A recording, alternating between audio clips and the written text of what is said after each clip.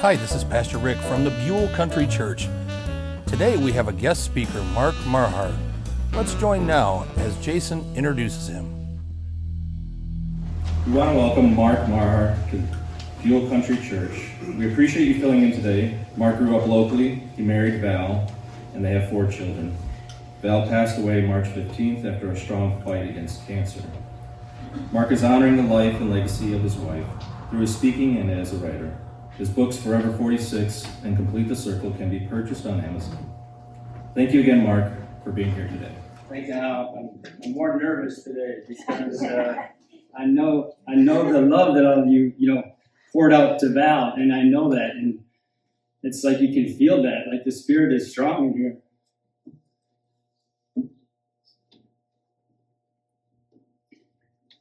And the love is strong, the Spirit is strong, and I can feel all that. And I know that you guys prayed for Val over and over, and I know it was a 7-year journey. And I know you guys, probably day one, right? 7 years ago, like we're praying for Val, and you know how hard she fought, and she had strong faith through it all. And she was such a rock, and she was such a strong impact for our family and for people that observed her and for all of you. And I know you guys tell her story just like I'm telling her story. I'm going to start with a prayer, okay? I'm going to pray, Lord, you calm my anxious heart, and I know you will, and you will. And I've been here many times, Lord, where I've been pushed out of my comfort zone, and it won't be long, and I'll get it together here, Lord. And I just thank you so much for the love that's in the room. I can feel that, and I can feel the Spirit in this room. I can feel the faith. And I'm going to share, I got about 4 things that Val really taught me, and I really want to get into that, but I'm going to start with kind of a testimony. And I just thank you, Lord, for the opportunity to speak today. I thank you for the opportunity to share our faith, and let us all be bold and, not be afraid to tell people what God's done in our lives. So ask this in your name, amen. So, Mark Maher, I've been a teacher for 30 years. I taught in Portland area schools. I recently retired a couple years ago, and during COVID, I just being a little fearful that Val would get sick too, and we homeschooled the kids for that year, and then went back full time. They couldn't hire, they didn't have a teacher, and went back part time. And was able to spend time the last couple of years with Val. But then this upcoming year, just haven't retired. And I was thinking why am I here? You guys probably sometimes you just question how did I end up here? Why am I here? And I think the journey is just I wasn't comfortable. I wasn't prepared to have to speak in front of people, especially at a church. I can do it if it's as many teachers. It's easy. One thing if it's math and English, but it's another thing when I'm sharing my faith and just with Val too, just recently passing, March it's going about 7 months now. It's still raw, I still am processing it out. I'm still, I'll speak better in 5-10 years or a couple of years, when I understand everything a little bit better, or just have gotten a little bit away from it. But I really think, I'm here because we really drew into Christ over the last 5 or 6 years. I've always been a Christian. Val was always a Christian. We grew up we went to church and stuff, but it really was about, 2 years into Val's diagnosis. I was 47. That was about 5.5 years ago. And I noticed a big change in my life during that time. It was a couple of years into Val's stage 4 diagnosis, where we were only given a year or two, that she might live. And just with 4 kids, they were young at that time. They were 5, 7, 9, 11.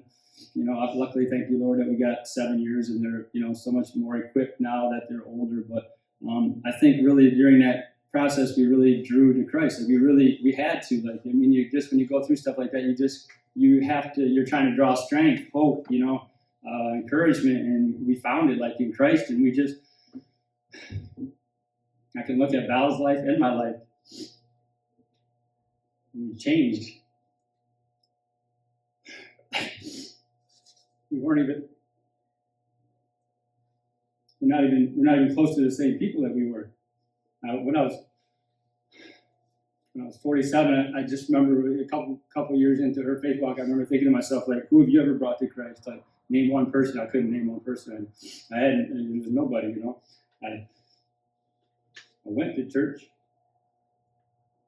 was good at, I call it absorbing the faith. I was good. I could sit with you and I could listen and I could go back home and think I was doing a good job, or I thought, I'm a good Christian. But I never like challenged myself like to try to bring somebody to Christ or come alongside anybody, or, I just knew that it really wasn't my walk. I knew I don't know. I was just, I don't know what I didn't know. I didn't know it until it changed me.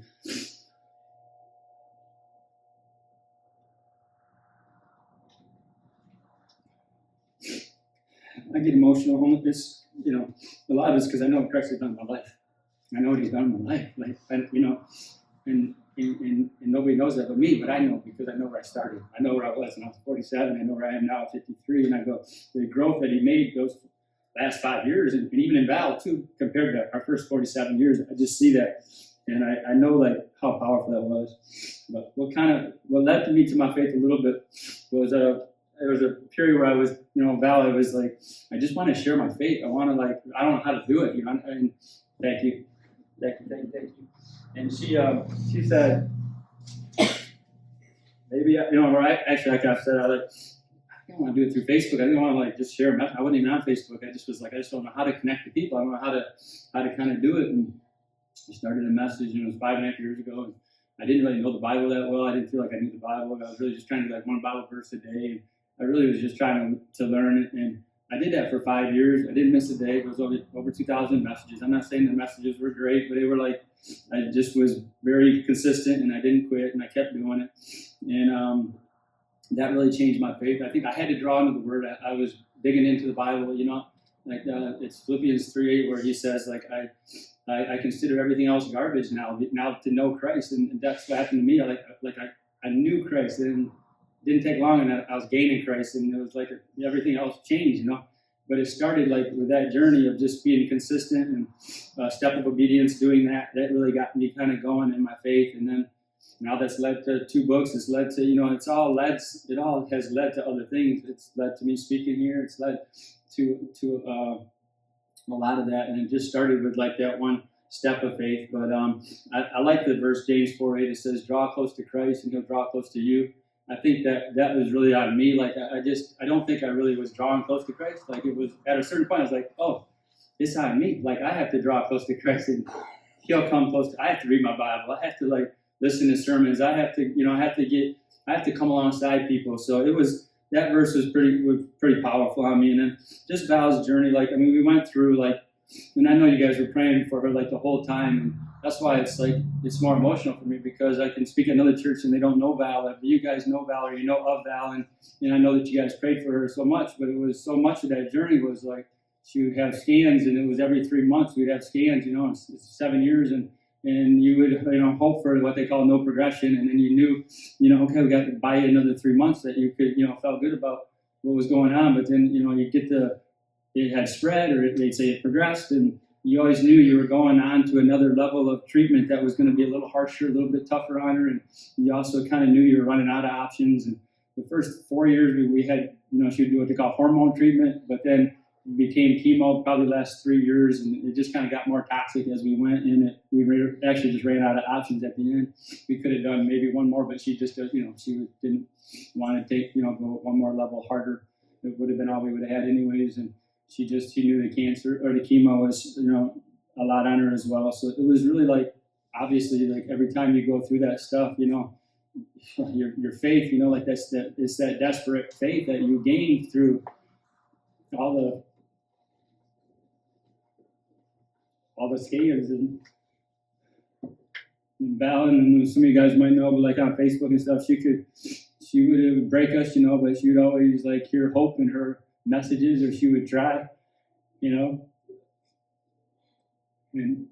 we'd go to Ann Arbor and they say, it's spread, and you would drive home.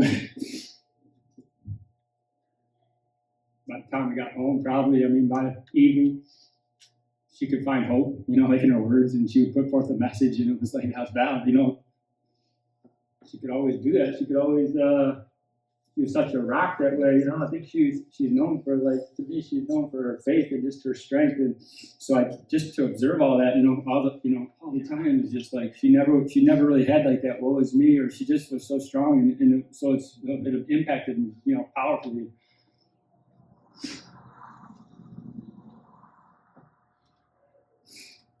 and my kids, and she had this verse that she clung to. It was John 11:4, which said, like, this sickness will not end in death, no, it's to glorify God. And I think she clung to that, and she glorified God through it all. And I mean, to be honest with you, I don't think she thought she was going to die. At least she didn't plan on it. She wasn't like, I mean, even at time for the test, like even the last day when she was in hospice, she still was saying, like, I'm still fighting. You know, I'm not quitting.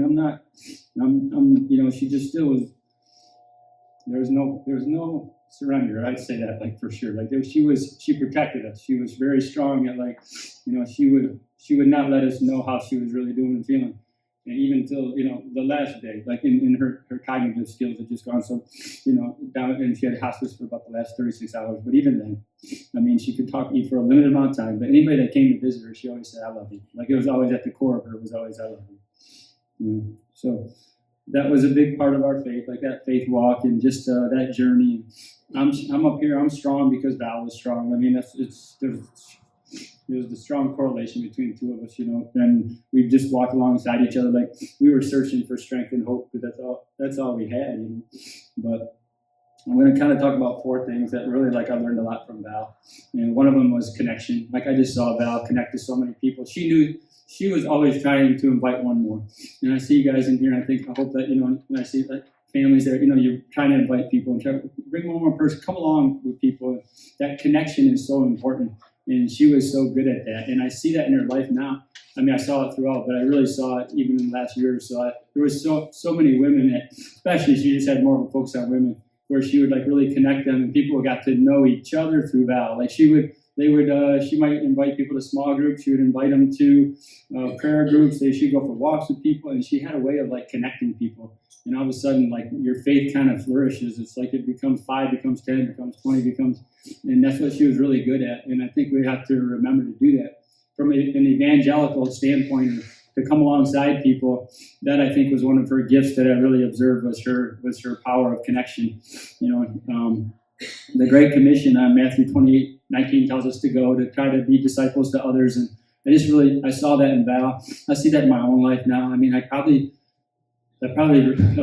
meet with a couple of people every couple of days. I meet with different people, and they're new people. And I think that we all have that potential. Like, I never would have, like, you told me, like, 5 years ago that you would be talking to people about their faith. I wouldn't. First of all, I wouldn't know how. I wouldn't feel comfortable going up to people. But what I found out is that if they know you by your faith, or they know you for sharing your faith, they'll come to you. And it's amazing how that power. And I saw that with Val, like, so many people connected with her. And so I just want people to know that, because I didn't know that like, it's to try to connect with people as much as possible. And you'd be amazed at, like, how they'll introduce you to other people and new people, and you get different voices, and it's just a powerful thing. There's the power of connection. I'm reminded of Matthew 25:14 too, like the parable of the talents, how we're supposed to flip the bag, we're supposed to not bury your gifts, If you got strong faith, like, don't bury it, like, to try to make 5 become 10, 10 to become 20, the power of connection. And then the other area I want to kind of go into is Val was very good at speaking life. Like, even our own kids, she would remind me, and she'd say, speak life into your kids, She always had that. Like, Proverbs 18:21 talks about the power of your tongue, that we have the opportunity to speak life into people, or we can encourage them, speak life, encourage them, or we can speak death and kind of be critical or negative towards people.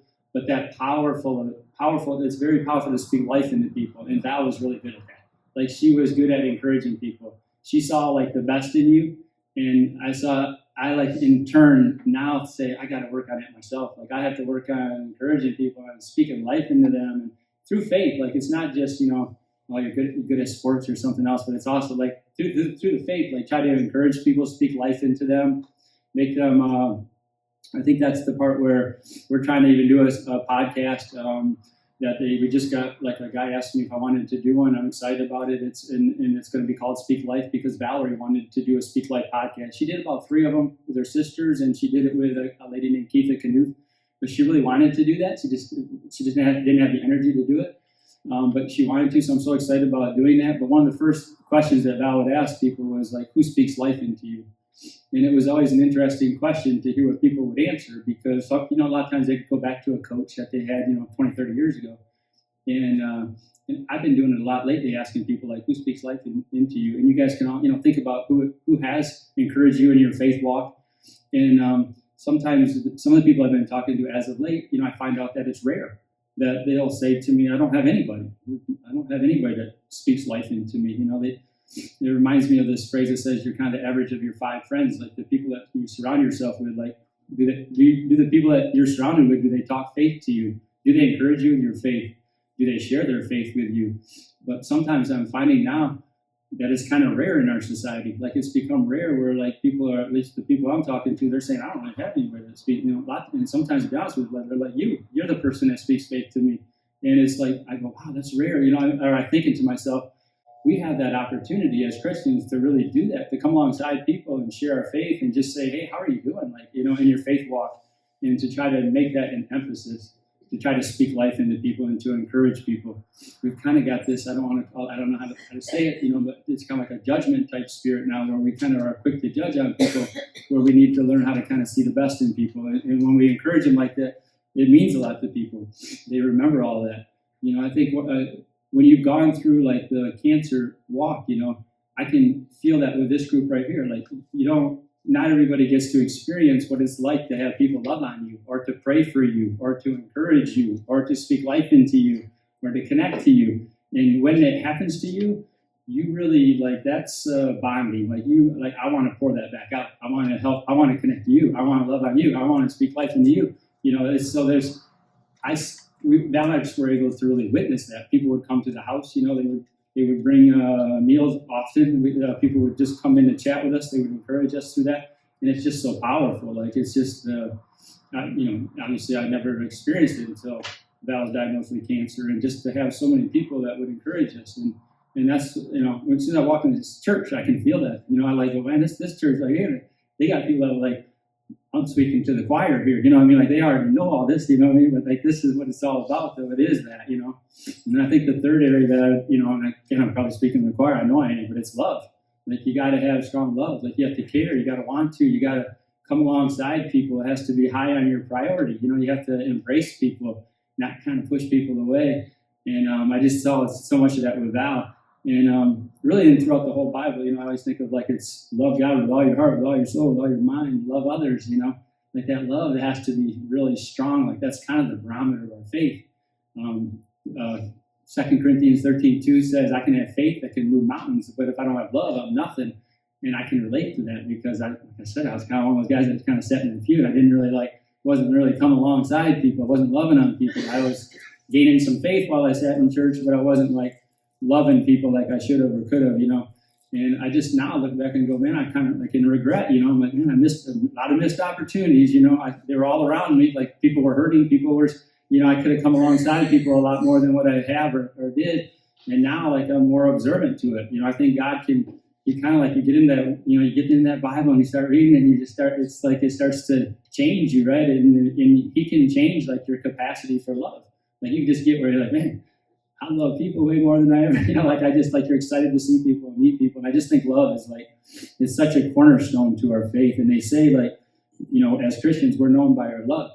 And I think that's so important that they do recognize, they can see that in us, right? And not judgment or, like, and that they can, like, when you see that in somebody, now we're not being hypocritical as Christians, and they can see, like, our love. And I think that's such a cornerstone of our faith. And then I guess the fourth thing that I've kind of found is empathy. I think, like, you just there's a verse called 2 Corinthians 1:4. It says, the same comfort that God has given you in your times of suffering, you'll be able to give that same comfort to somebody else who's going through the same suffering. And I felt that, throughout the last 5-6 years, especially with Val, just like a lot of people will come to us related to cancer or loss or just that journey. And I just think that's kind of, I don't know, it's verbally, it's hard to say, but it's like, it's kind of the end game. It's what gives me healing, is like when you go through something that's hard, and then you kind of come back around and you got to try to help other people. I can go through what I've gone through and just stop here and just, but I don't want to do that. Like, I know that I have to keep moving forward, and the pain has kind of a purpose. Like, I have to try to help other people. And that's all over the Bible. Like, there's all kinds of verses where Peter says, like, Jesus, when he denied him 3 times, he told Peter, he said, Satan, I've asked to sift you. Like, we But when you come through it, strengthen your brothers. And so that verse is strong on me. If I feel like I've been sifted sifted, but in that same verse, Jesus said, I prayed for you, Simon. And I always, even through the battle, and I know Val was the same way, we were always God was really walking alongside us. It didn't feel like he was against us. It felt like he was our strength, our hope, our encouragement, even if, death is, but at least we always had eternity. We always knew Val was going to a place. And we were just, that meant so much to us, knowing that even if she was to pass, that, she was going to eternity, and they still gave me hope. They gave us, we had that. And I just know that was so important to us. And people they come alongside us for that. Sometimes it's like it or not, we all go through different things. It may not be cancer. It may not be the death of a spouse or a loved one, but whatever it might be, that is your area to help other people. That is the place where they will come to you, or they'll identify with you, or I love anybody who encourages me, but somebody who has also gone through death or loss, I think I just really, I perk up more, or I'm more, I just lock in because I know they've gone through it. And I think we all have some area in our life where, it can be anything, and that becomes your ministry. It really does. That becomes the place where you end up, like it or not. Sometimes I'm I don't know, I don't want to be in this spot, but I have to embrace it because I can help people if I can do that. So empathy is kind of big on me. I think Christ, can call us to that if we don't know where to go after going through hard times, is that you can come along other people and try to work through it with them, and in the same time they're kind of healing you, it's reciprocity. It goes both ways. And then just kind of in closing, I feel when you deal with loss in it, one of the things you really realize is don't take this life for granted. I saw Val, and I just know that she never took her life for granted. I know that she just you realize how precious life is, and and even for myself, I just sometimes I'll look at my life and I go, wow, where did it go? Age 53, it's just I go, man, I'm down to and it just feels like it goes so fast. And so I think, and it's easy to kind of get into that comfort zone. It's easy to kind of get in that spot in life where you're I'm doing good. I'm whatever, but there's something about it's Isaiah 43:19. It says, look, I'm trying to do a new thing. Can you not perceive it? And that's kind of powerful in my life right now. I think God is always trying to do something new, or at least he should be. Maybe if we look at our lives and we go, man, there should be an area where you're starting to kind of go this isn't really comfortable for me. And that means God's kind of putting you, pushing you towards new territory. And sometimes I think we have to process that and go, what could I be doing that is kind of new, or something that would be challenging for me? Even Tom's, we started a men's Bible study at our house on Monday. It's through our church, but they said, hey, let's start a men's Bible group on Monday. We've gone about 3 weeks into that now, and Tom goes, and I see lots of fruit out of that. It's in the doing. A lot of times it's in the doing. I always had good intentions to have a Bible study at my house, but here I am finally doing it, right? And it's I see all the fruit in that. And a lot of times it's kind of in that. Even there's in our church, they're having a men's, they have a men's Bible group that meets on Thursday nights. And, it's funny how I've been going to church there for, 20-some years. And they have groups all the time that meet, but I never thought about going. And I've been going for the last month or so. And I go, wow, this is changing me. These men are they're feeding my faith, and it's going, I'm learning so much from them. And it's just those kind of things that you got to remember to try to do something new. And it can be as simple as coming alongside people. It could be as simple as find somebody that you can come alongside with. When Val passed, I've had so many people, in Port Huron that have kind of come alongside me, but I can think of one in particular that I'll just kind of mention. He was a teacher. I didn't know him at all. He just retired this past year, but on his prep hour, as his last year, and now I live about a mile from the school, he would come over and he met me on his prep hour, and then every week he just kept coming back. And this was after Val passed. This was in April. But that friendship that's become from that is so powerful. And I think he came alongside me when I was going through tough times. And now that's led to, like, we have a couple Bible studies he's the one that invited me to speak at a church first. He's the one that's invited, I've met new people through him. And I just think, like, that's a kind of, like, it's a simple one, right? Like, it's easy to find one person that we're like, hey, I want to come alongside somebody. Maybe they're going through something that was really hard, but just a phone call, or just, like, even if you just talk with them for 20 minutes. But I think the key is to keep doing it, kind of like every week or every month, kind of keep doing it, because people change. Like, I look at my journey, and over the last 6 months since Val's passed, I'm so grateful for all the men and people that have come into my life that, like, they didn't just come once and stop. I'm so appreciative of the ones that, like, they kind of keep coming back to me, and they keep kind of checking in on me, and it reminds me to make sure I'm doing that with people, and I am. Like, I am very conscious now of doing that. I reach out to people all the time and just say, how you doing? And I know how powerful that is, that they need that. Like, I can feel that. And then, like I said earlier, like, the first 47 years, that was never a priority. I never thought, like, oh, you should come alongside somebody. But that's an easy thing to do. That's kind of like a new thing that you can do. So I just can encourage, like, that we try to do something new, like, in our faith. And then I guess the last thing is just in your faith walk and in my faith walk, I think one of the things that Christ told me early on was, like, be consistent and never quit. And because I was writing something every day, but I think that never quit. I really did see, like, the faithfulness is key. Like, the faithfulness, is to be very connected to Christ. Like, make sure, like, every day, I really, even now, like, I'm very connected to Christ. I spend a lot of time in the morning. You got to find something that kind of feeds your faith. For me, I'll read the daily audio Bible. I listen to the daily audio Bible. There's some podcasts I love to listen to. Always digging and try to find the word on Facebook. Like, every day I put forth a message, and that's led to the books, and I'll continue to do that.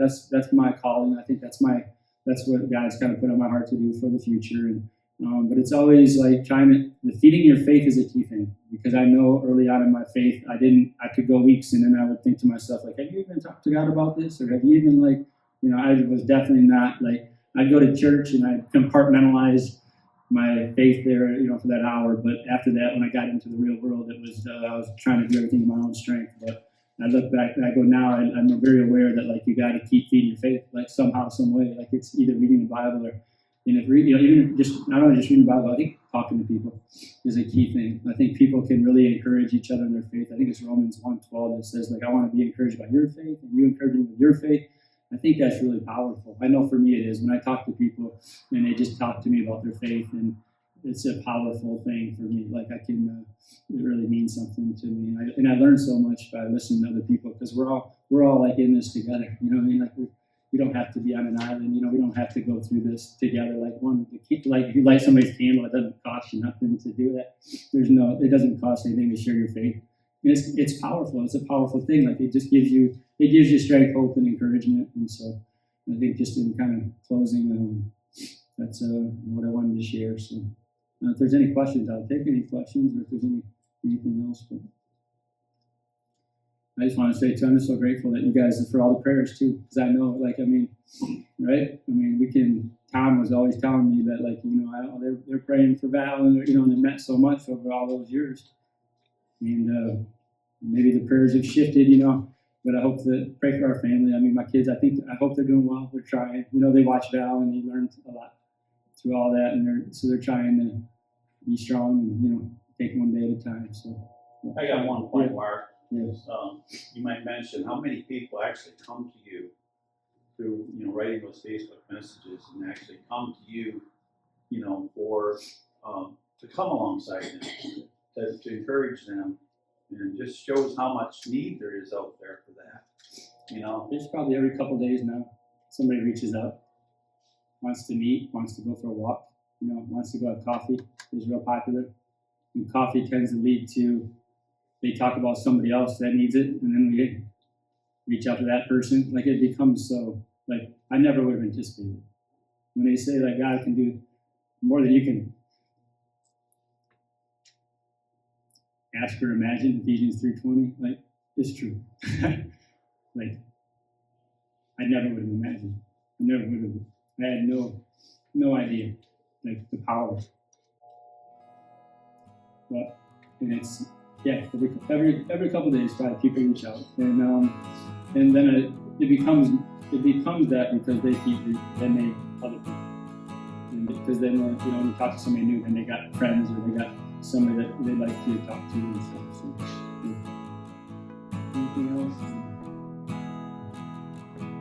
Thank you guys. Thank you for the opportunity to speak. I appreciate it. And just I love you guys. And I felt that coming here, like it's one thing to speak at some churches, but I know this one was you guys have a great church here. You can just tell. I mean, like this is just a community. Like this is powerful, it's strong. And you guys come together like that. Christ is right in the room.